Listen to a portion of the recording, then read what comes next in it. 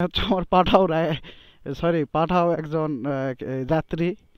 তো এই যাত্রীকে আমি নিয়ে যাব এখন যে কোথায় সেটাই আমি বুঝতেছি না। দীর্ঘ অনেকদিন পর সূর্য উঠছে আর সেই ভিউ প্রকৃতির। তো যাই হোক, হ্যালো এভরিওয়ান, আসসালামু আলাইকুম। তো কী অবস্থা আপনাদের সবার, কেমন আছেন? আশা করছি সবাই ভালো আছেন। ভিডিওটি ভালো লাগে অবশ্যই একটি লাইক দিয়েন এবং অবশ্যই একটি ইউটিউব থেকে যারা দেখতেছেন একটা সাবস্ক্রাইব দিয়ে দিয়েন। আসলে আপনাদের অনুপ্রেরণায় ভিডিও বানাতে ভালো লাগে, যদিও বা আপনাদের রেসপন্স পাচ্ছি। এলাকায় ছিলাম, যদিও বা ঢাকায় যাওয়ার কথা ছিল, কিন্তু গত 2 দিন থেকে সূর্য ওঠে নাই।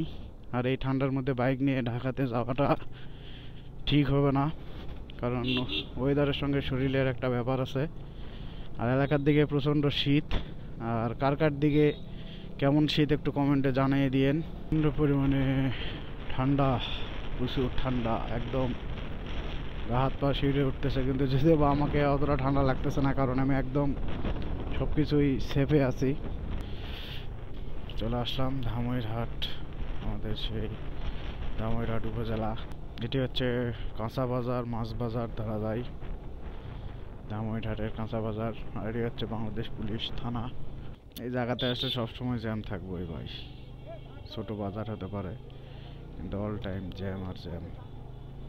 সামনে একটি পাম্প আছে, পাম্প থেকে কিছু তেল নেই, এখান থেকে তেলটা লোড দিয়ে নেই। পরিমাণে শীত, আমাদের এই ঠান্ডার মধ্যে চা খাওয়াটা মনে হয় ভালো হবে।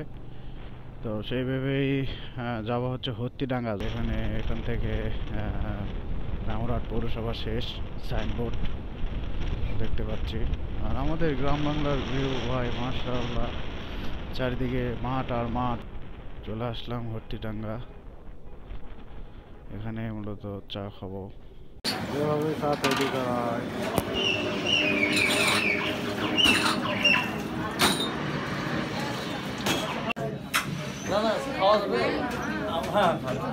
শেষ করে জিসানকে বলতেছিলাম যে তোর ফিলিংস কেমন।